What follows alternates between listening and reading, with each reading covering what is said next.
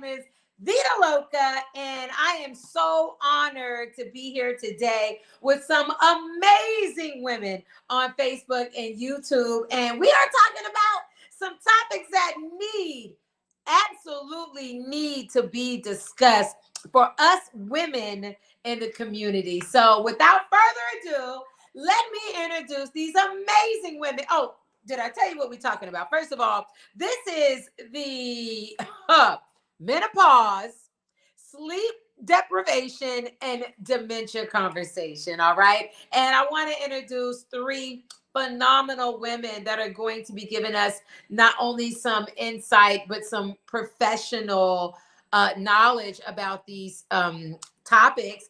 And first, I would like to bring in my very good friend, Dr. Cheryl Williamson.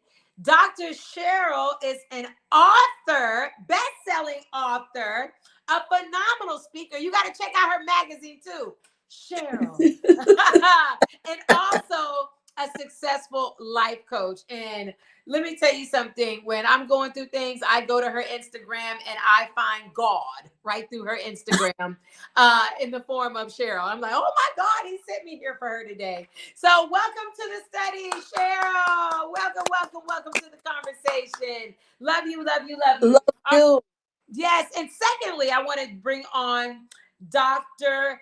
Johnson, Dr. Lee Johnson. Now, she is the associate professor in the Department of Pharmacology and Neuroscience. Oh, she knows everything about the brain. She's the associate director of the Institute of Translational Research. Say that, Dr. Lee. Translational Research. And you are with the Black Alzheimer's study. Am I correct, right? Yes, ma'am. Yes. So thank you for joining us, Dr. Lee. We appreciate you so much. We can't wait to get into your brain and find out what's going on today with ours. Okay.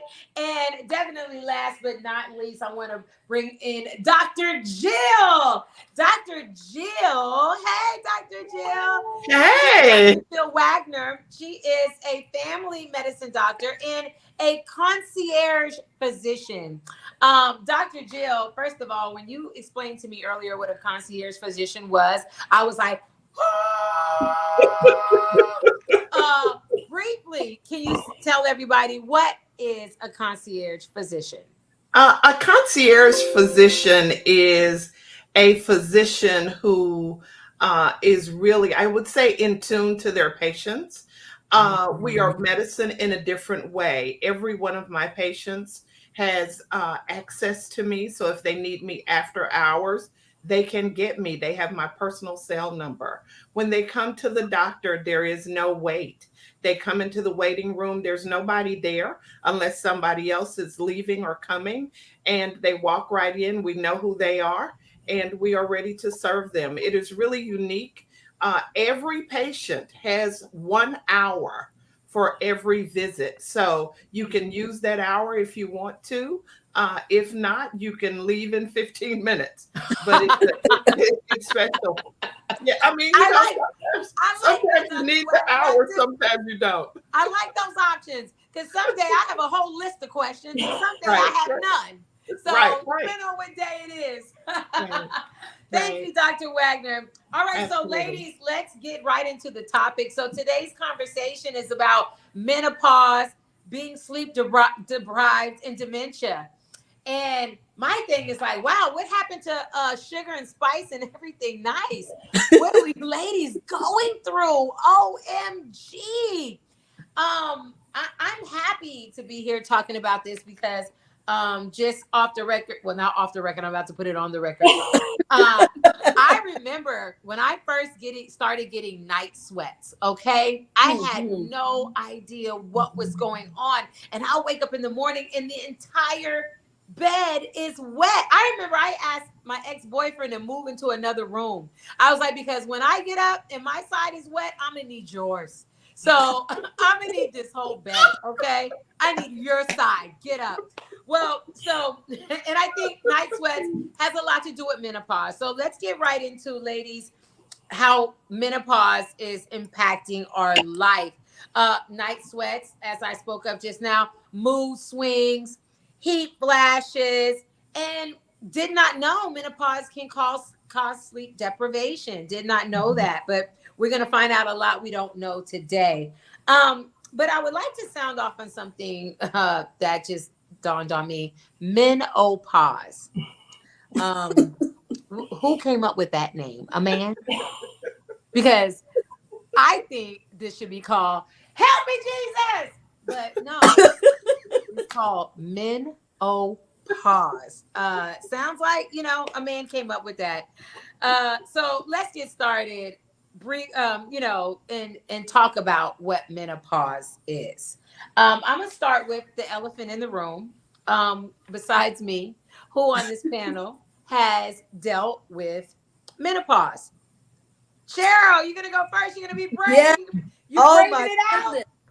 I had no idea what was going on with me. It was night sweats, brain fog. And I'll be honest, I was angry. And I'm not an angry person, but I was having mood swings and I wasn't sleeping. And I would be on stages and my clothes would be soaking wet to the point where I was just embarrassed. My armpits, my front panel. And then, we love a good hairdo. We love getting our hair done. I would go and get my hair done on Friday and then it sweated out on Saturday. So that's why I had to change to locks because it was too much. It was too much. And the bed was always wet. I was always saturated. My pajamas, my clothes. I had to take several showers during the day. And you're out. So how can you do this? But as soon as I would come in, it's a lot. It's a lot. But I have to tell you, the mood swings were the worst. And they still are, if I'm candid. The mood swings are bad. That's funny that you say that, Cheryl, because I didn't realize that mood swings were a part of menopause. I don't know if I'm going through menopause right now, but I do. Well, that's a question that we're going to ask the doctors because my question would be: can you still have your period and be in menopause? So, doctors, you both deal with the subject in menopause differently. Dr. Jill, what is a sign that you would say a woman is experiencing menopause? Well, the first thing you have to know is for most women, it doesn't just happen all of a sudden. So they will start to have symptoms. So some women will have symptoms when they're what we call perimenopausal. So they'll notice I'm having night sweats or they'll miss a period here and there. For some women, that starts in the early 40s. The average age of menopause is 51 in this country. So some women literally have symptoms for a decade. But when you know it's menopause, is when you have missed your period or you have no period for 12 consecutive months, then you are officially menopausal. So it really means cessation of menses and not men all. But it means cessation of menses. And so once that happens, then you are officially menopausal. So, okay, so then that goes back to perimenopausal, and the peri stands for what? Kind of right before, or you're around menopausal. So some people say perimenopausal, some say pre-menopausal, but perimenopausal means you are starting to have those levels of reproductive hormones are starting to lower consistently. And for some women, they start to have symptoms then. Okay, so Dr. Wagner, I ain't gonna lie to you. I thought it was the Tito's vodka that had me having night sweats. Okay, I don't know. That could do it.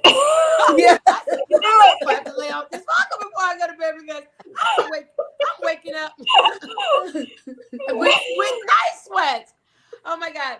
So, Dr. Johnson, in your research study on Alzheimer's, women and estrogen has been a topic of interest. So, why is that?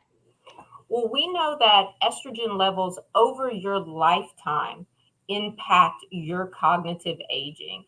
And so estrogen is carried through the blood into the brain. And menopause is associated with a big drop in your estrogen levels. And we know that estrogen protects your brain. So how can a woman find out about how do women find out about their estrogen levels? What does a woman do? I mean, is that something that women do regularly, like go to the doctor and ask to check on their estrogen levels? It depends on who your doctor is. But for me, when women come in and start to tell me their symptoms, I do levels. Now, estrogen levels vary during your menstrual cycle. So they go up and down at various times. And there are several hormones that you check. You check your estrogen, your progesterone, your testosterone, and then you check the stimulatory hormones. So there's a panel of hormones that you check. That's why you need somebody who really does hormones. Awesome. Otherwise, they'll just check one of the hormones and say, oh, you're not menopausal. But you need to look at everything, including your symptoms, so that A, you can know what those are. And the other thing is it's kind of gives you a baseline. Right. So you may not be menopausal right now, but we repeat that in 6 months, and then we know that you're there. Now, I have a question for you, Dr. Johnson, but what real quickly, Dr. Jill, is resting bitch face a symptom of menopause? I'm not sure. I've never experienced that myself. All right, Dr. Johnson, remind us, please, what is Alzheimer's and dementia? What is, because this is the reason why we're here. Thanks to the Black Alzheimer's study, we are learning so many more things about what's going on with our brains, us women. And what is Alzheimer's and dementia? So dementia is just an umbrella term that covers a decline in mental abilities. Alzheimer's disease is the most common type, and it is characterized by memory loss and a change in thinking and your ability to carry out your activities of daily living. It is a progressive disease, and there's no cure at this time. But one of the things we do know is that it impacts women at a greater rate than men. 2/3 of women are impacted with Alzheimer's disease. That's about 3.8 million women in the US.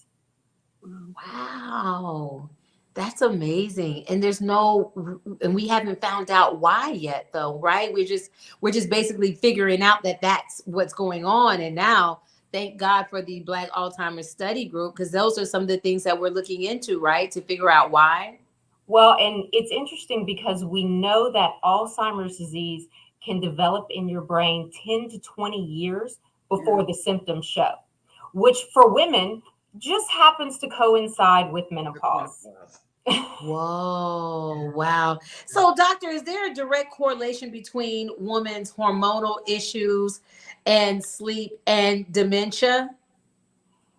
Well, so I can speak to a little bit, but we'll let Dr. Jill follow up. So the decrease in hormone levels can cause a host of neurological symptoms, so such as sleep deprivation.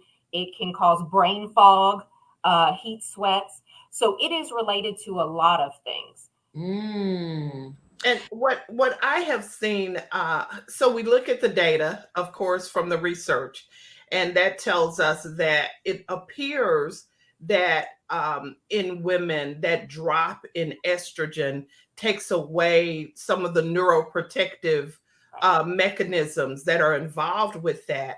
So the nerve cells are not protected from disease like they are when you have higher estrogen levels. So that they know the specifics of why is not exactly, they haven't determined yet. That's why it's still being studied. But one of the things that I've seen in women, particularly women who have early onset dementia or early onset Alzheimer's, is they often have depression first. So right around menopause, they get this severe depression that is not, that is resistant to all traditional treatment. And then in a few years, they finally get the diagnosis of Alzheimer's, dementia. So I've seen that a lot. What about you, Dr. Johnson? You've seen any? Well, depression is certainly increases your risk for Alzheimer's disease. And depression also tends to coincide with the onset of menopause and changes in hormones. So it's very possible that menopause could be a tipping point for women who are already at risk of developing the disease. Because some women, and we all know this, that throughout your reproductive years, there are women that get real changes in mood and will get depression, with things like premenstrual syndrome that we used to think wasn't a real thing. But if you watch those levels of estrogen, they coincide with some of those mental changes that some women see even during their normal menstrual cycle. So what you're saying to me is get rid of my 16-year-old son. That is not what I said. That's not what I heard. That's what I heard. I heard, girl, get by.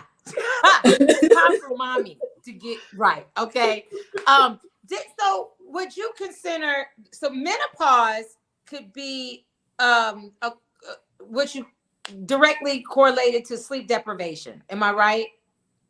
All of those symptoms, the changes in mood that include things like depression and anxiety, disrupted sleep. So the disruption in sleep leads to sleep deprivation, and that alters the brain and how it functions, because the brain does a lot of things in the sleep. And put down long-term memories is one of those things. It does a lot of work during the sleep. So if you are not getting good sleep, then that can affect your brain long-term. Wow. Cheryl, that you spoke up earlier about, experiencing menopause and night sweats. We both. What does a night of sleep typically look like for you? Candidly, I have not had a good night's sleep in close to 2 years. How many? 2 years. I'm just being very honest and straightforward because that's what we're here for. It's been at least 2 years, and that's why sometimes I laugh when people say, how are you able to do films and write so many books? It's because I'm not getting that much sleep at night. Wow. And I will tell you, the lack of sleep, the sleep deprivation, it makes me snap on people. And so I have to really pull myself back and say, okay, I have to do something. I've started taking the melatonin so I can sleep more, but I have to tell you, the sleep deprivation, I want to encourage people, get checked, get yourself some help. That's why I'm definitely going to reach out to Dr. Jill. I need to get my hormone levels checked because I cannot go on at this pace that I'm going with the no sleep. Even my mom, she says, oh my God, your bags are terrible. You have to get some sleep, young lady. So the sleeping is not good. And I know what it's from. It's because of the menopause. And I have to share this with you. It is affecting my ability to perform certain things during my job. I speak a lot throughout the country. And so I can feel the hesitation in my voice, in my speaking. I was crisp before. I'm still excellent now. I know that's right. I'm still great. However, I can tell that I need to get some sleep, and the menopause is taking its toll on the mood swings and the sleeping. Dr. Johnson, thank you for being so transparent, Cheryl. I love you. Dr. Johnson, why does the brain need sleep? So if you think about it like this, during sleep, the brain does a lot of housekeeping activities. So it helps to repair muscle, its immune system regulation, and it also cleans out the brain. So the plaques and tangles that we think develop during Alzheimer's disease that impact or that you develop when you have Alzheimer's disease actually build up when you don't, or they're cleaned out when you sleep. And so when you're sleep deprived, they tend to just continue to build up and build up, which puts us at risk. Now, look, can I ask you one more question, Dr. Johnson? Why can't I never win a fight in my dream? Now, why is it I'm always getting my butt kicked? I mean, I try and I try. I'm like, I should be able to win in my dream, Dr. Johnson. Is that got anything to do with menopause? I don't know if it has anything to do with menopause at all, but I agree with you. I feel like I should win every fight and every dream. Yeah, I mean, it's your dream, right? My dream. Oh my God. Now, Dr. Jill, the women that you treat, they have, began to suffer and experience some form of dementia. How can you elaborate through the cases that you've seen during the year? Like how does that look? And like, how do you tell somebody, like, walk me through you speaking to a client about dementia that you discovered? Well, sometimes people will come in themselves and say, I think I'm having some issues with memory. Most of the people who come in themselves and say that they have issues with memory, it's usually not Alzheimer's, in my experience. But there will be people who their family will bring them in, and they'd say, mom or dad, really, particularly mom, it's usually has some weird behaviors, getting lost. We all kind of may forget where our car is parked, but I mean, going to the grocery store and not being able to find your way home. Those kinds of things. Right. Not losing your keys, but putting your keys in the refrigerator, or picking up your keys and saying, what are these and what is this for? Sometimes I notice in patients that I've known for many years that we may ask them a question, because there is a little mini mental status exam that we do in our patients at a certain age. But I may ask them a question and they give me the answer, or they don't remember the question, or ask them to do a simple thing and they don't remember, or they may repeat themselves. So tell me the same thing over and over and over. In those patients that I've known a long time, then I will recommend that they get an evaluation. Now, I heard a commercial for the Black Alzheimer's study when they say, forgetting a birthday is not a sign of Alzheimer's, but forgetting your own birthday may be. Now, yes. Yeah, I purposely forgot my own birthday, so I did not have to remember how old I was. Now, does that now I find myself computing like, how old am I? I'm good still though, right? Yeah, that intentionally forgetting it is right. It's different. Okay. I just want to make sure, because I intentionally forgot. Now I'm trying to play catch up and figure out when was I born? When was I born? Ladies, we definitely need solutions, and we need something positive, because we are phenomenal superheroes of women. And Cheryl, first of all, you're part of the Black Alzheimer's research study. I plan, if I can remember when I'm going to turn 50, I would tell y'all when I plan on being in it too, but I don't. Cheryl, can you, just talk about the Black Alzheimer's study for us for real quick? Absolutely. We need solutions, and we need to be a part of research studies. And as you said, I'm doing it. I am a part of the study, and I am so happy because I will share that being a part of the study actually afforded me the opportunity to find out about a health condition that I did have that I was not aware of. Oh. So I want to encourage everybody that is able to become a part of the Black Alzheimer's brain study for this reason. When we know more, we do more, and we can help. So join me and my amazing ladies on here and be a part of this study. It is absolutely critical that we become a part of research. Yeah. Yeah, I agree. I agree. Dr. Johnson, how does someone become a part of the Black Alzheimer's study? Well, all they have to do is give us a call at 817-735-2965 or sign up at the blackalzbrainstudy.com. Is there any prerequisites, like anything that you have, a certain age limit, anything that, that you would tell anybody in order to join? Or So right now you have to be 50 and older.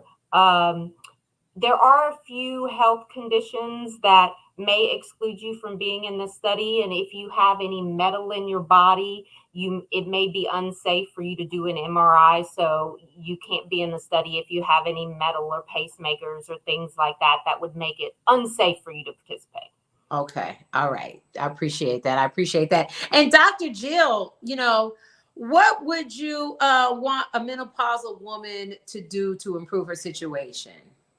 Well, the first thing I think it's important for you to assess yourself, so you know when something has changed and something's going on. The second thing is go to the doctor, not as an aside or oh by the way visit, but go to the doctor for this. If your doctor does not know about menopause and they kind of dismiss your symptoms, get you another doctor. This is a real thing. It is something that needs to be addressed. And if your doctor is not up to date on the latest therapies and treatments and how to evaluate you properly, then you deserve someone who will take it seriously and not tell you that it's just all in your head. So I think that's very, very important. And give yourself grace. Know that I'm going, it's a normal part of life. So don't get frustrated with yourself. Give yourself grace and work through it like you would any other health challenge that you might encounter. Yes. Do men suffer from menopause? They don't suffer from menopause because they don't have menses, but they do suffer from something called andropause. There is a period of time for some men, not all men, that their testosterone levels drop. And I think it's very important. I actually saw this drop in testosterone in young men after they've had COVID. So their testosterone levels dropped really, really low. I'm looking for the future to see what that data, comes out, because I'm sure somebody's looking at it. But I saw a drop. But men do sometimes have a drop in their testosterone. We commonly call it a midlife crisis. Oh, there you go. Yeah, but it often is associated with that plummet in testosterone, and they don't quite know what to do with those feelings and those physical changes that they're experiencing. There's one thing that I want to say about the Black Alzheimer's brain study. I think it's important to tell people that in this study, the test that you do, the results are given to you to give to your doctor. And that's really unusual for a study, because there may be some abnormality that your doctor can evaluate further. But if you don't get that data, then you don't have it. So I think that's unique in the study, and important for people to know that you get what they find out about you, so you can take it to your healthcare provider and follow up on it as well. And I can vouch for that 100%. I'm truly thankful, and I know I'm not supposed to be talking right now, but I have to say, sign up for the study. Sign up. Let's do this. Let's stop talking about it and be about it. Let's sign up. Yeah, you can't fix what you don't know. And it was such an honor to be on here with you ladies today. Thank you for being so transparent, Cheryl. And thank you for all the plethora of information, Dr. Johnson and Dr. Jill. And is there any last words that you would want to leave with a woman right now who, and one more question. So let me make sure you can still be on your period and still have perimenopause, right? Yeah, you can start to have symptoms, and still be having cycles. Okay. Yeah, I'm just checking. like, yeah, just, I'm just saying, I told you I thought it was the vodka, but I have since given that up, and so and then my night sweats kind of went away a little bit, and I'm like, oh yeah, but then it came back the other night. So I think it's worth saying too that for some women, alcohol will actually make their symptoms worse. Yes. So it really will. And that's one of the symptoms that some women, when they get, those are the vasomotor symptoms, those hot flashes and night sweats. And for some women, when they drink alcohol, those symptoms are exacerbated. The brain fog and whatnot. Yeah. Yeah. Well, I know I'm talking a lot about alcohol, but I am actually 50 days sober. So I gave it up. Wonderful. So I'm on a new mission right now. So everything going on with my body, I ain't got nothing to blame, but like just Mother Nature now. Yeah. And Dr. Johnson, one more time, can you give the number out to the Black Alzheimer's Brain Study again before we go? Absolutely. 817-735-2963. Oh, wait. So ladies, we have a question. Do you see that question? After hysterectomy, do you experience menopause as normal earlier or not at all? Also, can we address post hysterectomy estrogen levels and weight gain? When it depends on what kind. A hysterectomy means that you remove the uterus, but an oophorectomy, which we refer to as a total hysterectomy, where your ovaries are removed also. If your ovaries are removed, when you come out of the operating room, you are essentially menopausal because now you don't have ovaries. So for those women, they go into menopause immediately. For women who just get their uterus removed and their ovaries remain, they go through normal menopause. So, like they normally would at 51 or 48 or whatever. It is common for some women for their metabolism to change postmenopausally. So a lot of women will talk about the fact that they now have their weight issues are different. So that's very common. It is a very common symptom. I see it all the time. Is there any symptoms from having your FUPA removed? Okay, I'm sorry. That's not what the question was. The question was, can you get pregnant during perimenopause? Yes, you can. Because if you're ovulating, there is everybody has in their family a change of life uncle. Remember your aunt had him? Yes. Okay. That's because she thought that she was menopausal and she was missing some periods, but she did have some ovulation during that time. And there she produced a human. Looking down, talking about, that's my uncle. His diaper. My uncle's diaper today. Here we got a question from Sheila. She said, my mother lived and died from Alzheimer's. She had problems with her menstrual cycle when she was a teenager. I also have severe cramping. How likely is that Alzheimer's is hereditary? You want to take that, Dr. Johnson? Yes. So there is a hereditary component to Alzheimer's disease, but it's just a piece of your overall risk. Just like your estrogen levels or your reproductive history through your lifetime is a part of an overall risk. So severe cramping itself might not be related to increased risk in dementia, but if it's associated with other gynecological symptoms or a hysterectomy later in life, some of those things may increase risk. But it's really your lifetime. Everything in your lifetime impacts your risk for dementia as you age. Awesome. Well said. Well said. We have another question. Is this show a series? It needs to be. No one talks about this. You're absolutely right. It should be a series. I mean, I'm so thankful for the transparency of Cheryl and the knowledge of Dr. Jill and Dr. Johnson that, we're able to, speak about what women go through every day. Is there any more questions? No. Well, does anyone have any last word? Oh, here we go. Are there any supplements or herbs to help with menopause? Now, when you say herbs, where are you at? Are you living in Colorado or? I'm just saying. That's a regional question. I'll start, and then Dr. Johnson, if you want to add anything. I often have women who will say, I don't want to do anything. I just want to take natural things. And they consider herbs natural things. You don't make herbs in your body at any point in life. You do make estrogen. So there are no herbs that will replace estrogen. There are some herbal remedies that may help to alleviate some of the symptoms.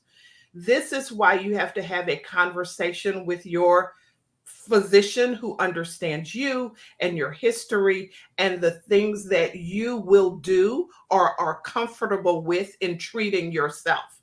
So I think that there are some things that will help with symptoms, but replace estrogen. Nothing replaces estrogen but estrogen.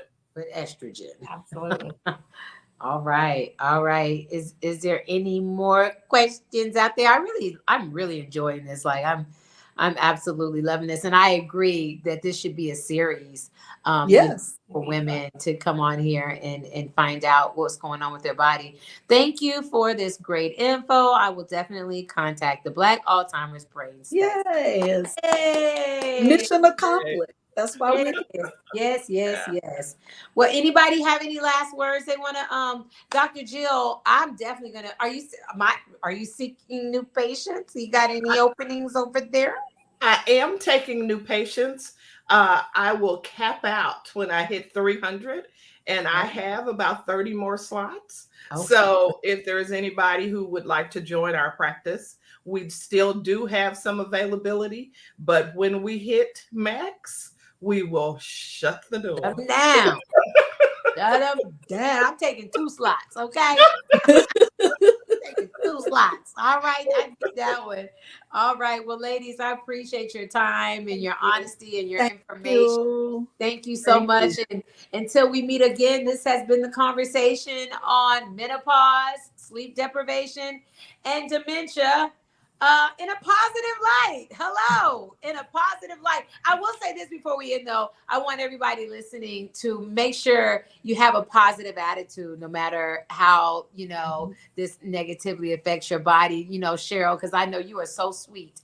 And even when you are having your mood swings and you may experience some type of anger in here, you always have a positive outlook. So, and I know that plays a big part on how you are defeating everything that's trying to come into your body because of that positive energy. So I appreciate y'all for being on here, and let's give ourselves a hand. Thank you, Rita. Thank you. Thank you. Have a great day, ladies. Happy Mother's Day. Oh, yeah, happy Mother's Day.